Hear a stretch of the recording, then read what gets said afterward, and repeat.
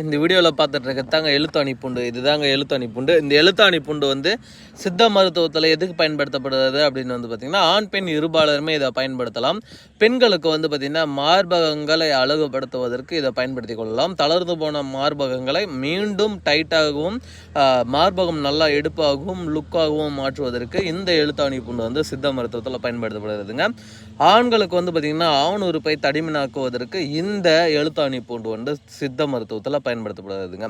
இது எல்லா வயதினருக்குமே பொருத்தமான ஒன்று. இது எப்படி பயன்படுத்தணும் அப்படின்னு வந்து பார்த்திங்கன்னா, இது நல்லா பிரித்து எடுத்துகிட்டு போய் அம்மிலேயோ இல்லை கல்வத்துலேயோ போட்டு பசும்பால், பச்சை பால் பசும்பால் விட்டு இல்லை ஆட்டினுடைய பச்சை பாலை விட்டு நல்லா மைய அரைத்து மார்பகங்களை மேலே பற்றா போடலாம். ஆண்களுக்கு வந்து பார்த்திங்கன்னா ஆண் உறுப்பு மேலே பற்றா போட்டுங்கன்னா இந்த மாதிரி ஒரு 48 டேஸ் பண்ணிங்கன்னா போதுங்க. நல்ல ஒரு ரிசல்ட் உடனே வந்துடும். ரொம்ப பவர்ஃபுல்லான ஒரு மூலிகை. கிடைச்சதுன்னா ட்ரை பண்ணி பாருங்கள். அப்படி கிடைக்கலாம் கால் பண்ணுங்கள். மருந்து இருக்குது.